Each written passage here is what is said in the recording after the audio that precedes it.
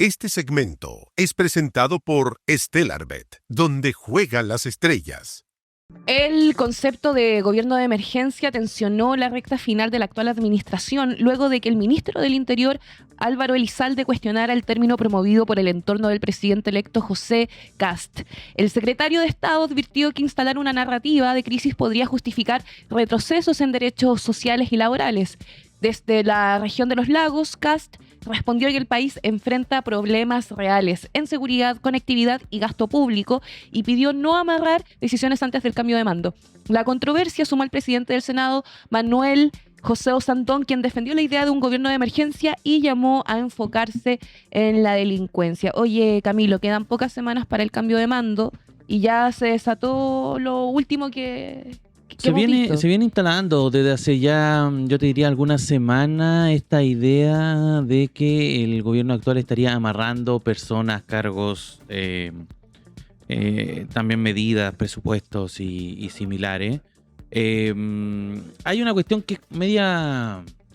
O sea, yo creo que funciona bien en el alegato como de denuncia, porque suena feo la palabra amarre, como que uno dice... O no, están dejando cosas para que el próximo gobierno se las arregle y que se habla ahí, por ejemplo, del tema del déficit fiscal, que sería, y suena feo como déficit fiscal, se está perdiendo plata y qué sé yo. Pero en general cuando se habla de déficit fiscal, y eso es importante tenerlo súper claro, significa que el Estado está gastando más.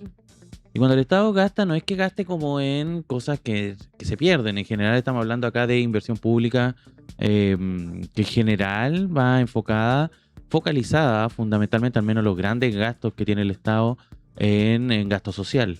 Ese es el financiamiento. Yo entiendo que hay una lógica también de el gobierno entrante de criticar la idea de que ese gasto sea más bien justificado, de que para el no gobierno de haya... emergencia. Porque también siempre ha quedado esa idea de que el Estado malgasta muchos recursos. Entonces, se habla ahí como de despido de algunos cargos, de que en verdad el Estado debiese ser un poquito más chico. Y puede ser. El problema es que esa dimensión, en general, poco y nada permite como generar un nuevo balance, así como en el fondo las dimensiones de gasto son muy chicas. Por eso se generó todo este debate en torno a los 6.000 millones, porque 6.000 millones probablemente sí impliquen recortes de gasto social, y ahí sería otro problema. O sea, ahí ya el problema deja de ser el déficit fiscal y pasa a ser justamente lo que denunciaba el ministro Elizalde, que en el fondo acá la idea del gobierno de emergencia, que es algo que nosotros acá hemos debatido largo y tendido, es más bien una excusa para justificar retrocesos sociales. Entonces, es algo que lo dijo en una entrevista en CNN el ministro del Interior, y que claramente ayer generó la reacción de José Antonio Kast, que volvió a Santiago, que hoy día vuelve a su oficina, a la OPE, y ¿qué dijo Kast? En términos muy sencillos, que los problemas que ellos están denunciando con el gobierno de emergencia son problemas reales. Eso muy en resumen de lo que está ocurriendo. Una pregunta, ¿la dinámica de gobierno de emergencia se ha aplicado en otros países o en otras administraciones de esta línea de ultraderecha? Porque tengo la sensación de que lo que sí hay es la creación de escenarios dopamínicos para la audiencia. Es como meter miedo o acelerar discursivamente a través de redes sociales, generando una especie de gaslighting masivo, con el fin de tomar decisiones políticas a alguna experiencia. Entonces, creo que trata de hacer y aplicar manuales. Eso es lo que... A mí se me asemeja la idea del gobierno de emergencia mucho a lo que aplicó Bukele en El Salvador. Recordemos que El Salvador, claro que en cifras distan mucho, porque El Salvador en algún momento llegó a ser el país con mayor número de asesinatos por persona, o sea, como por cada 100.000 habitantes. Entonces, la cifra estaba disparadísima, el promedio era increíblemente alto, y en base porque había un dominio de la llamada Mara, las pandillas, digamos, de El Salvador. Esa era una situación que efectivamente tuvo que resolverse de algún modo, y si bien Bukele no ocupó el concepto propiamente tal del gobierno de emergencia, sí esta idea de que para tomar medidas importantes hay que dotar de poderes importantes también al presidente de la República, y que es lo que está ocurriendo y que genera todo un debate en torno a la deriva autoritaria que tiene El Salvador hoy día. Lo que han hecho otros gobernantes desde Donald Trump, por ejemplo, hasta cierto punto también Javier Milei, hasta cierto punto lo que hacen en Francia la extrema derecha también, es una suerte de enarbolación más bien nacionalista. Por ejemplo, la idea de MAGA, de Make America Great Again, sí. es una idea que en el fondo busca volver en un escenario en donde China está ganando poder, Rusia está iniciando guerra en distintos frentes, Estados Unidos debiese volver a tener gobernanza, al menos a nivel occidental, al menos en esta parte del hemisferio. Entonces, hay una, y también harto de Estados Unidos, o sea, pensemos que, y esta es una discusión que se ha venido dando bastante, la base social de Donald Trump son más bien trabajadores, como grandes capas de trabajadores estadounidenses. Entonces, como que claro, ellos ven que en esta lógica anti-migración se ven desprotegidos. ¿Por qué? Porque cobran menos, entonces bajan los sueldos y hay una situación de cesantía. Entonces, en ese contexto se convierte se cruzan los temas, en el fondo migración, se enarbolan ciertas ideas más nacionalistas, como de enaltecer también la figura, lo que pasa con, por ejemplo, con Víctor Orbán en Hungría también, Giorgia Meloni en Italia, que también tiene una idea bien similar, como de volver a convertir a Italia en sí. algo antimigrante, Sí. y también que Italia para los italianos, como Sí. un poco esa lógica, que en cierto modo también Kast enarbola, pero le ha dado mucho más, y ahí está el acento y lo particular que tiene Kast respecto a otros gobernantes de extrema derecha, es que él le da mucho más a esta idea de la delincuencia y el gobierno de emergencia, porque como que bajó un poco el tema migrante. No sé si se han fijado, como que ya no Sí. se toca tanto. A lo mejor vuelve para el 11 de marzo, se toman medidas importantes para esa época. Además, como que aflojó mucho con esta idea de esta invitación a salir del país. ¿Se acuerdan? Como nosotros los estamos invitando y no necesariamente que salgan. Así que, De hecho, cuando fue a La Vega también y estuvo conversando con inmigrantes, ¿te acuerdas? sí. Esas imágenes que se estuvieron viralizando y le estaba pidiendo casi como por favor salgan y después Y después vuelvan a vuelvan. entrar. Sí. Sí. Y respecto al gobierno de emergencia, ayer había leído una noticia y justamente me estaba cerciorando. En el Dínamo sacaron un titular que dice: futuro gobierno de Kast le quita piso al FES y deja la administración de Boric sin su principal legado en educación. O sea, sobre el recorte de los 6.000 millones, el futuro ministro de las Express, esta es la bajada, José García Ruminot, abordó la propuesta y adelantó que la futura administración no se va a comprometer con el éxito del FES. El proyecto del gobierno para fin alcalde ha sido revisado detalladamente por el ministro de Hacienda, Jorge Quirós, y aunque es un proyecto que se presentó para disminuir el gasto fiscal y producir ahorro fiscal, la conclusión a la que hemos llegado es que los números no dan, apuntó García a un senador y sentenció: no sigamos impulsando iniciativas que no están debidamente financiadas. Sí, yo creo que eso va a ser un debate, porque si bien ellos no van a respaldar el tema del FES, sigue siendo un problema el tema de los deudores del CAE. Entonces, ¿cuál es la propuesta que tiene Kast para los deudores del CAE? Eso queda en blanco, porque como y eso significa que va a ser un problema que va a quedar sin solución, o definitivamente van a presentar otra propuesta. Yo creo que el tema es que ni siquiera Kast, personas que vienen desde su linaje o con un gran estrato socioeconómico, lo ven como un problema. De hecho, abiertamente José Kast ha dicho en diferentes entrevistas, en campañas presidenciales anteriores, que para él la educación pública no debiese ser para la gente obrera o para cualquier tipo de persona, y que debiese ser algo que se pague. Entonces, como no es un problema para él, abiertamente ya se podría decir que sabemos sus intenciones respecto a la educación pública, gratuita y de calidad. Y también Sí. sobre los deudores. Sí, además que también estaba leyendo las críticas que, por ejemplo, ayer mismo cuando le preguntaban en esta respuesta a Elizalde, Kast también hablaba, como metía en el saco de los grandes problemas que tenía el país, el tema de los SLEP. Y es bien complejo, porque eso incluso ha generado debate entre alcaldes. No sé si se acuerdan ese video que salió medio filtrado, en donde se veía una discusión entre el alcalde de Zapallar y el alcalde de Puente Alto, en donde el alcalde de Zapallar básicamente estaba justificando que él es el líder de la Asociación de Municipalidades, es del sector del futuro oficialismo, y él planteaba que los SLEP no tenían que tener cabida en el próximo gobierno y que debían tender a eliminarse porque son más bien un problema que una solución. Y el alcalde de Puente Alto decía, pero ¿cómo le vamos a volver a poner el tema de la educación a los municipios cuando siempre ese fue el problema? Como la municipalización de la educación era uno de los problemas que se venía arrastrando sobre todo en la segunda mitad de los 2000 en adelante. Entonces, hay ahí un debate que es importante. O sea, yo entiendo que han habido problemas con los SLEP. Lo que pasó en Atacama, por ejemplo, es bien indecente. Esta fiesta con limusina y que significó la salida del director del SLEP por una total y absoluta falta de criterio. Pero son cuestiones que tienen que resolverse a modo de fiscalización, regulación, y no como, significa que los SLEP hacen mal la pega. ¿Por qué? Porque de hecho los datos, lo que entregaron, por ejemplo, los últimos resultados de la prueba de la PAES, es que justamente los colegios que están bajo administración de SLEP les va mejor que a los colegios que siguen en régimen municipal.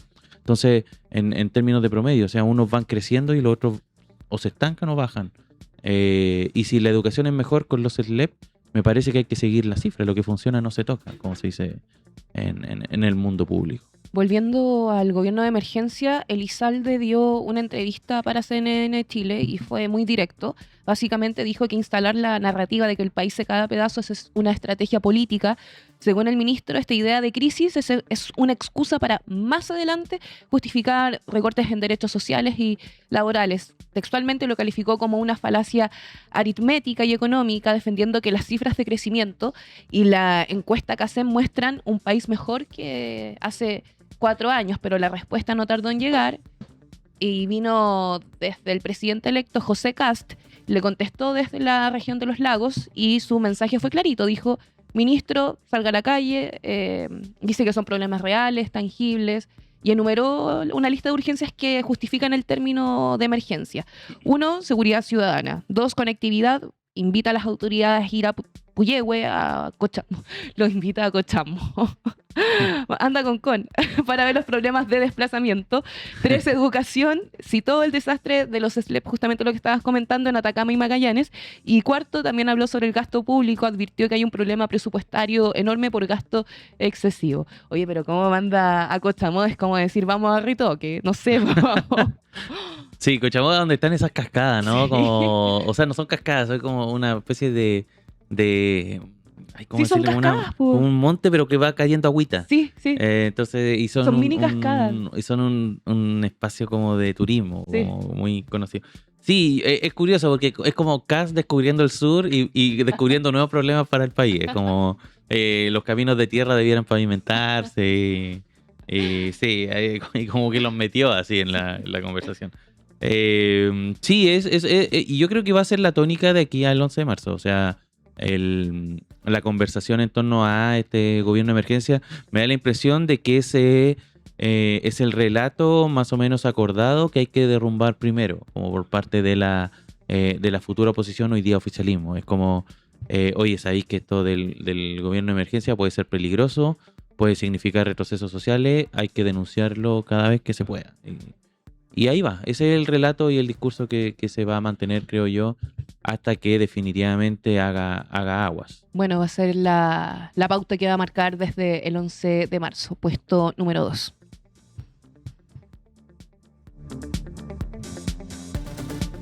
El Congreso de Perú destituyó al presidente José Gerí con 75 votos a favor, superando el mínimo requerido para censurar a la mesa directiva y forzar su salida inmediata. El escándalo del Chifa Gate, presuntas contrataciones irregulares y cuestionamientos a su gestión en seguridad precipitaron su caída solo semanas de las elecciones generales de abril. Con esta decisión, el país se encamina a designar a su 8º jefe de Estado en menos de 10 años, profundizando la inestabilidad política. En paralelo, el Congreso evalúa su eventual reemplazante, entre ellos el polémico legislador José María Balcázar. Y para entender lo que sucede políticamente en nuestro país vecino Perú, estamos en estos momentos en Turno M en contacto con el periodista y escritor Marco Cifuentes. Hola Marco, ¿cómo estás? Bienvenido. Hola, Marco. Hola, ¿qué tal? ¿Cómo están? Bien, acá nuevamente sorprendidos por la realidad de la política peruana y para nosotros es difícil de comprender, por eso te queremos partir pidiendo, ¿qué factores fueron decisivos en la caída de José Geri? Bueno, el Chifagate que ustedes mencionaron, que básicamente consistió en que se filtró una toma de una cámara de seguridad de Gerí entrando muy tarde por la noche, 11 de la noche, encapuchado a un chifa, uno de estos sitios de comida peruano-china, y con un empresario chino. Y este empresario chino pues tenía una serie de contratos con el gobierno y empezaron a saltar una serie de contactos de Gerí con empresarios chinos. Y luego de eso, y hay una cosa que tienen que recordar, de pronto no sé si lo saben, pero en el Perú fue mucho. Él entró a la presidencia con una denuncia de violación encima, una denuncia de violación que el actual fiscal de la nación le archivó, pero que no quedó muy clara nunca. Y cuando fue elegido, hay que tener en cuenta una cosa, él es un presidente de transición, él fue elegido, él era un congresista, y como habían caído, como en el Perú nos encanta tumbar presidentes, pues habían caído el presidente Castillo y su vicepresidenta Dina, asumió el presidente del Congreso, que era Gerí. Y él entró con una denuncia de violación muy grave y además el día que asumió como presidente, y esto no es una exageración, se detectó que había dejado de seguir en Instagram a unas 700 cuentas para adultos, de mujeres, con poca ropa. Entonces, con ese antecedente, justo luego del Chifagate o en pleno Chifagate empezaron a salir los registros de Palacio de Gobierno de una serie de señoritas que entraban muy tarde en la noche, salían de madrugada o a veces al día siguiente y días después obtenían contratos en el gobierno. Entonces, una situación, no sé cómo calificarla, ¿no? Casi farsesca, que derivó en que los partidos que están ahorita en el Congreso y que están postulando a la reelección, vamos a tener una elección ahorita en abril, pues no querían verse manchados por eso, ¿no? Porque la gente asocia, digamos, la gente sabe que ellos están manejando el Congreso, que ellos han puesto allí a Gerí y querían, pues eso, digamos, no perder votos, ¿no? Ante un escándalo que era ramplón, ¿no? Una cosa muy, muy evidente. Marco, cuando vemos esta situación en Perú, se habla, en general se ponen las cifras sobre la mesa, son 8 presidentes en 10 años, o sea, piensa tú que yo desde que nací he tenido 8 presidentes en Chile y son como casi 40 años de administración. Entonces, casi como que acá en Chile no podemos dimensionar 8 presidentes en 10 años.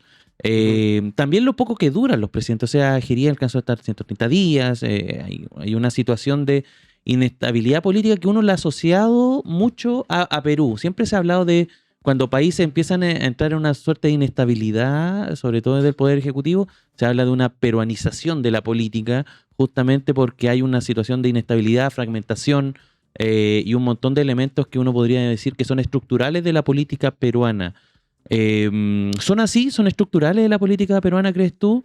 ¿O es una cuestión más bien de que las fuerzas políticas tienen cierta incapacidad también para ponerse de acuerdo, generar grandes alianzas que empujen el país hacia algún lado? Porque también se ve eso. O sea, yo, por ejemplo, veo a los 4 candidatos que están que se inscribieron para suceder a Gerí, y son todos de grupos distintos, partidos distintos, administraciones distintas, y está este caso, por ejemplo, el de Balcázar mismo, que es tal vez el más polémico de los 4. Sí, pero hay que decir que Balcázar tiene posibilidades, pero tiene muy pocas, ¿no? La que tiene más es una señora que se llama María del Carmen Alba, que en el Perú le dicen Malcri Carmen, porque ella es malcriada, en el sentido que ella ya fue presidenta del Congreso y fue muy prepotente, y de hecho la acusaron de racismo, en fin, tiene una serie de exabruptos en el primer año del actual Congreso, en 2021, ¿no? Pero alrededor de ella se han agrupado la mayoría de partidos, ¿no? Y sí es cierto que hay un...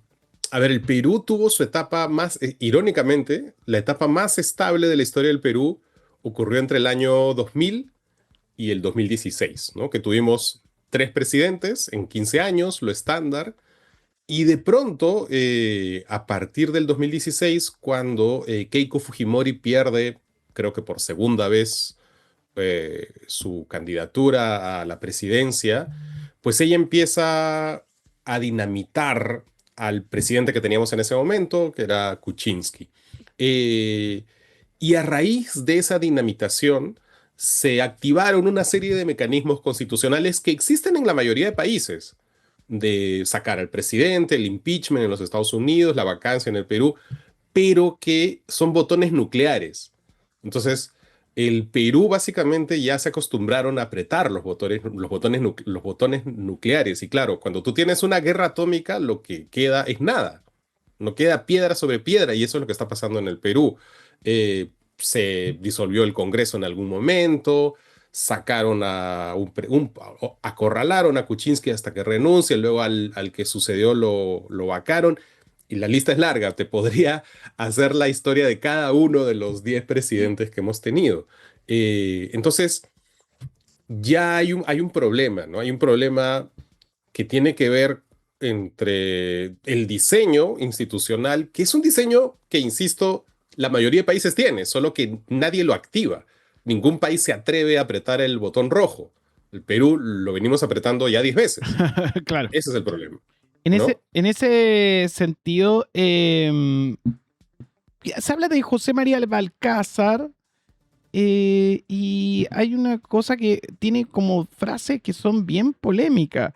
Ha hecho Sí. frases sobre el matrimonio infantil. Dijo en 2023 que las relaciones sexuales tempranas más bien ayudan al futuro psicológico de la mujer. Defendió la legalidad del matrimonio de los 14 años siempre que no haya violación. Al ser consultado recientemente dijo no arrepentirse, al contrario, yo siempre hablo con propiedad. ¿Por qué tienen esta calidad de candidatos ustedes? Mira, y son, para que la gente lo entienda bien, ¿no? Esos son los candidatos del Congreso, es decir, ahorita son congresistas, ahora mismo son Fueron congresistas votados. y tienen que, los congresistas se han puesto de acuerdo entre ellos y están postulando internamente a alguien que podría asumir la presidencia del Congreso y por tanto la presidencia de la República. Y este es un personaje, ojo, de izquierda, ¿no? Que creo que fuera del Perú, además, Perú es increíble. se entiende poco eso, ¿no? Pero hay un sector de la izquierda peruana que es ya ni siquiera la calificaría de conservadora, porque es capaz de decir este tipo de cosas. Eh, y él, honestamente, casi te diría, hasta por momentos ya llevándolo a la teoría de la conspiración, casi me parece que lo han puesto a él un poco para darle la ventaja a la otra candidata, a Mari Carmen Alba, ¿no? Porque estamos saliendo de un presidente que fue acusado de violación sexual, que cuando asumió tuvo que dejar de seguir, y esto es insólito porque en un programa de streaming de YouTube justo estaban viendo cuántas cuentas seguía en Instagram y en vivo empezaron a ver cómo él dejaba de seguir, tuvo que dejar de seguir 700 cuentas en Instagram y tiene todas estas, una veintena de señoritas que entraban tarde a Palacio de Gobierno y de pronto empezaban algunas de ellas a salir con contratos. Entonces, un señor que está involucrado en escándalos sexuales, pues pones a uno que ha dicho una brutalidad tan gigantesca como esta de las relaciones con las niñas, como Balcázar, y me parece casi inverosímil que en el Perú puede pasar de todo, creo que no hay necesidad de explicarlo después de lo de ayer, Marco, pero y en esa lista de más de 30 candidatos que tienen, existe alguien normal en esa lista o no? Una excelente pregunta. Lo que me gustaría que separar, porque yo sé que es confuso, Ujú. pero uno es lo que se va a decidir hoy dentro del Congreso, que son actuales congresistas, y otras son las elecciones normales, que van a ser en abril, para elegir al presidente que va a asumir en julio. Entonces, ahí tenemos 36 eh, candidatos a la presidencia. ¿Y tú que ¿Qué es parte? conoces, y tú que conoces el alma de tu país, tú crees quién va a ganar? ¿Va a ganar, por ejemplo, vuelve el fujimorismo, gana un outsider o más bien hay alguna sorpresa por ahí? ¿Cuáles son tus Mira, apuestas? el candidato puntero ahora Ujú. mismo, que es una especie, imagínense, como una especie de cast, pero imagínense cast virgen, porque él, digamos, se llama López Aliaga, es el alcalde de Lima o era el alcalde de Lima, y él ha dado entrevistas en las que, bueno, él es del Opus Dei y dice que es casto. Y de hecho dice que tiene un silicio en la pierna, que se aprieta para no caer en la tentación y cosas por el estilo. Y él está puntero en las encuestas. Ahora, puntero con 10%, ¿no? Porque en las encuestas la mitad del país dice que no tiene candidato, que no quiere saber nada. Como comprenderán, después de 10 años de colapso institucional, la gente no está harta de la política, o sea, está harta de aprenderse el nombre del presidente una vez al año. Entonces, ahorita la mitad de la gente no tiene. Digamos, el más cercano es este. Yo voy entrevistando en La Encerrona, que es mi programa, a la mitad. O sea, ya voy haciendo 18 entrevistas y voy por la Wow. mitad de los candidatos. Y la verdad es que yo hasta ahora no me he cruzado con ninguno que tú digas, wow, este No, puede y prender. lo increíble es lo folclórico. Por ejemplo, ahí estamos viendo a Porky. Así le llaman. Ese es Porky, efectivamente el que les hablaba, el No, que va a está bien, apuntar. broma. Así le Ay, dicen, yo ¿eh? pensaba que estabas No, caricaturizándolo. le dicen Porky. Y él mismo ha Él- hecho su campaña diciendo, soy Porky. Sí, Eso es sí, todo, eso es todo, eso es todo, amigo. Es increíble. Es una desgracia lo que pasa en el Perú. Marco, Y es terrible. desde afuera nos da la impresión que el presidente en Perú es es un simple empleado, un títere, y quien más bien es el padrino es el Congreso. Porque sacaron a Gerí con 75 votos, fue una paliza, pero la gente en la calle, por lo que tengo entendido y por lo que tú también cuentas, la gente odia al Congreso también allá en el Perú. ¿Y qué es lo que está pasando? Quisiera preguntarte sobre la ciudadanía. ¿Existe alguna resignación por parte del pueblo peruano? Pues lo vamos a ver hoy día, ¿no? Porque cuando cayó Castillo y asumió Dina Boluarte, que es la antepenúltima, la penúltima, yo no sé, cuando asumió Dina Boluarte, recordarán, a fines del 2022 hubo 2 o casi 3 meses de protestas muy intensas en casi todo el Perú y luego se terminaron concentrando en el sur del Perú. Hubo 50 muertos en esas protestas. O sea, la gente en ese momento salió a protestar, ha sido grave, son muertos que hasta ahora no hay ni una sola persona presa por esos asesinatos. Eh, Cuando asumió Geri también hubo protestas. No fueron tan extendidas, también hubo una persona que murió, y vamos a ver qué pasa ahora, ¿no?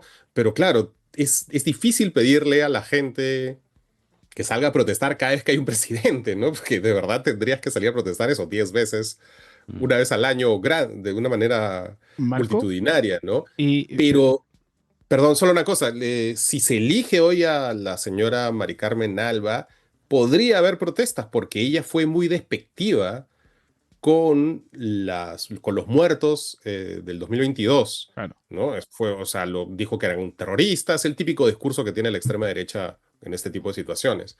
Oye, Eh, Marco, no puedo evitar hacerte la pregunta que el público está mandando acá. Dice, bueno, pero lo increíble es que Perú sigue funcionando.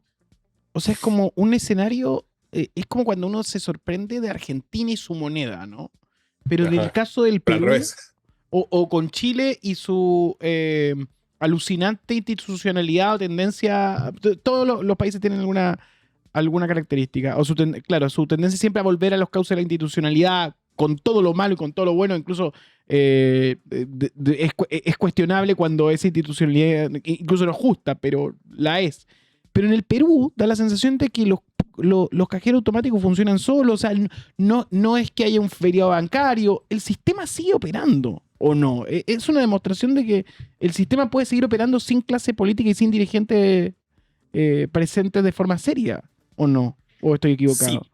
sí, pero hasta cierto punto, ¿no? O sea, la Claro. economía en sí misma es súper sólida, la moneda es muy estable, muy fuerte, una de las más fuertes de América del Sur, de lejos además, eh, porque hay un diseño institucional económico muy fuerte, el Banco Central está, es una, lo que llamamos una isla de excelencia dentro del Estado peruano, es decir, hay unos funcionarios que es más, o sea, en el Perú, y esto debe ser insólito en el mundo, el presidente del Banco Central de Reserva es popular.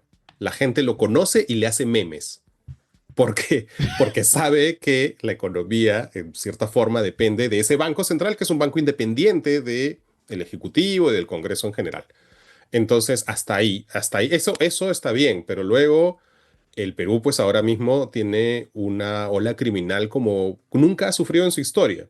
El Perú ha Mm. tenido violencia política un montón, pero delincuencia, criminalidad, digamos, con armas de fuego, eso no existía en el Perú. Eh, y eso ya tiene unos 2, 3 años de un aumento imparable y que tiene que ver con la economía, irónicamente. Es decir, la economía, digamos, levantó a todo el mundo y eso incluye a las bandas delincuenciales. Entonces ahora tenemos un problema, por ejemplo, de la minería informal. El oro, el precio del oro está volando en el mundo. El Mm. Perú produce mucho oro, pero el 70% de ese oro es informal. Y esa informalidad o ilegalidad en muchos casos, pues alimenta a bandas criminales, ¿no? Hay zonas del Perú, Patás, que está en el norte, que es una zona minera y es una zona de masacres directamente, ¿no? Entonces, tiene un lado B esa economía tan boyante, ¿no? Porque también hay un lado de economías ilegales que muchas de ellas están representadas en el Congreso. ¿No? Y esa es parte de por qué el Congreso es tan impopular, ¿no? Los mineros ilegales tienen básicamente una bancada de varios, ¿no? Varios partidos tienen su representante del minero ilegal, o los deforestadores de la Amazonía, o la lista es bien larga, ¿no? Entonces, sí, digamos que por suerte van dos cuerdas separadas, la economía y la política, pero a un costo, ¿no? Marco, quería preguntarte por el Fujimorismo, porque siempre se ha presentado como un partido uno de los más grandes de Perú, ha sido bien competitivo, pero le ha costado volver a la presidencia desde Fujimori mismo, digamos. O sea, Ujú. y el tema es que, claro, ha sido un partido tal como tú relatabas hace un rato. Por ejemplo, cuando salió PPK, fue el partido que básicamente lo dinamitó, le boicoteó hasta sacarlo del gobierno. ¿Cómo lo ves pensando en lo que se viene? ¿Es un partido que sigue roncando fuerte, ha perdido influencia? ¿Cómo están los hijos de Fujimori, de los que, por ejemplo, no aparecen ya en este esquema de lo que está ocurriendo actualmente con Perú? Bueno, ahora solo ha quedado Keiko, que es la candidata, digamos, hasta ahora histórica, porque esta es su cuarta postulación, ¿no? Va a tener 20 años postulando, sin lograrlo, ¿no? Eh, claro, y el Fujimorismo hoy en día se ha reducido a, a un 8% que es histórico. O sea, en los peores momentos, cuando Fujimori fugó del país y habían decenas de videos de sus ministros y corrompiéndose con montañas de dinero y todo eso, siguió teniendo él y el Fujimorismo en general un 8%. En algún momento, Keiko Fujimori por lo menos un par de veces ha rozado la presidencia y ha perdido la presidencia por diferencias de pocos miles de votos, ¿no? Pero hoy está reducido a ese 8% superhistórico que la pone en el segundo lugar. En segundo lugar, ella está ahí compitiendo con Porky y los dos se disputan la derecha, ¿no? De hecho, están últimamente peleando la derecha, sobre todo la derecha más dura, pues entre ellos dos se están disputando esa representación y de hecho, en la votación para sacar a Geri se partieron. Porky se fue contra Geri y Keiko estuvo más bien a favor, protegiendo irónicamente, diciendo, no, la institucionalidad, la Oh. estabilidad, ¿no? Que después de haber sido ella la que ha petardeado todo durante años, pero claro, digamos, imagino que hasta cierto punto quiere sacarse ese San Benito, esa imagen de la que se petardea, incendia la pradera, ¿no? ¿Qué es lo que hace en realidad cada vez que pierde? Pero bueno, ella se la ha jugado por Gerí y ahora mismo no sabemos, y ella tiene la segunda bancada más grande y no sabemos realmente a quién va a apoyar hoy. Todo es una incógnita, ¿no? En el Perú ahora mismo. Marco, muchas gracias por atendernos. Recordemos cómo te podemos ver en tu cobertura a través de YouTube. Muchas gracias a ti, Nicolás. En La Encerrona, busquen La Encerrona en YouTube, en TikTok, en Instagram, estamos en todos lados.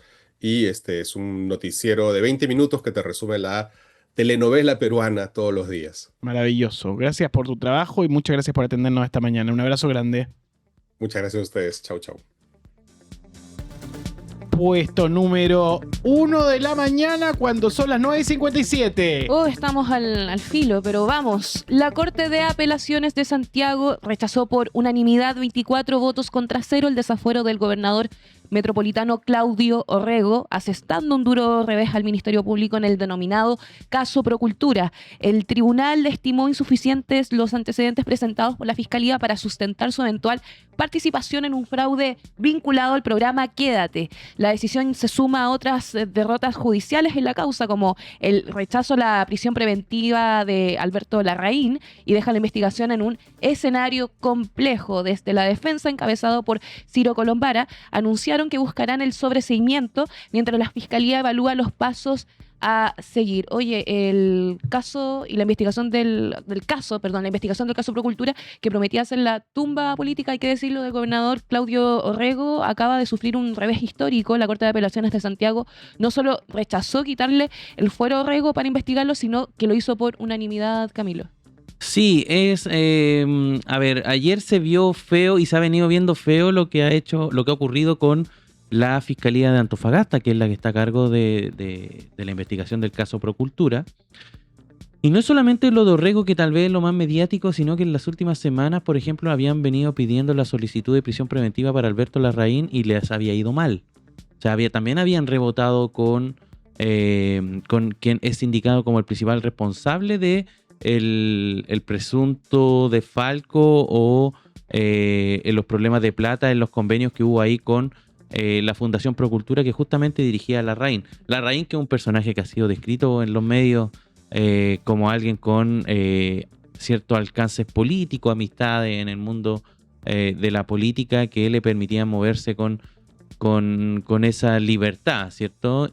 Pero que se ha ido difuminando, al menos el relato de la Fiscalía, el relato que también había dotado a los medios de un montón de filtraciones e información respecto a las pesquisas. ¿Se acuerdan de estos chats que salieron que eran de Signal, de Telegram, que se hacían, por ejemplo, Alberto Larraín y Claudio Orrego? Bueno, al parecer todo se está diluyendo y de manera bastante rápida y consistente. Ayer fue unánime la votación de la Corte de Apelaciones 24-0. que le dieron un portazo a la Fiscalía y a una solicitud de desafuero. O sea, lo que están diciendo es que ni siquiera hay antecedentes para siquiera formalizar una investigación contra Claudio Orrego. Y eso es complejo para justamente la Fiscalía, que es la que está sufriendo todo esto. Y ayer renunció el fiscal. Eduardo Ríos. Sí, renunció el fiscal y se ve media turbia esta renuncia. ¿Por qué? Porque él acusó cuando...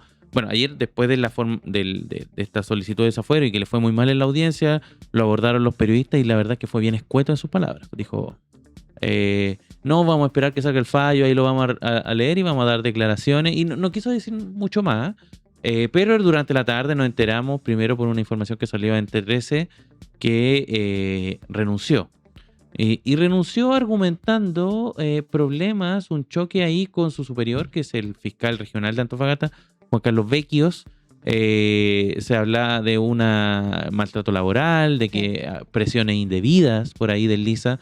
Entonces, está bien complejo. Tal vez habían intereses que no son los propios de fiscalía, y eso es lo que al menos queda ahí como un poco el difuminado, como que hay una manta ahí, como que lo desliza de cierto modo el fiscal saliente de que casi como que en esta causa lo estaban apretando porque tiene que formalizar a estas personas, sí, como sea, digamos. O sea, y eso es lo que al menos es complejo. ¿Por qué? Porque en el fondo Claudio Rego aún le queda mandato. Sí.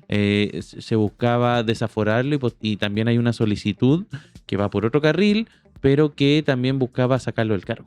Entonces, Y para rematar todo esto, la defensa de Orrego, liderada por el abogado Ciro Colombara, salió a celebrar con todo la salida de Juan Castro, perdón, no, de Eduardo Ríos, del fiscal que estaba a cargo de Aguilar. Sí, Aguilar.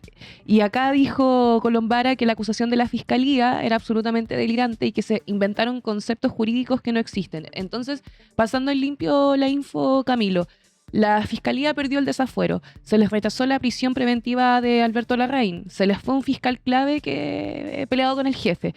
Entonces, ¿en qué queda todo esto?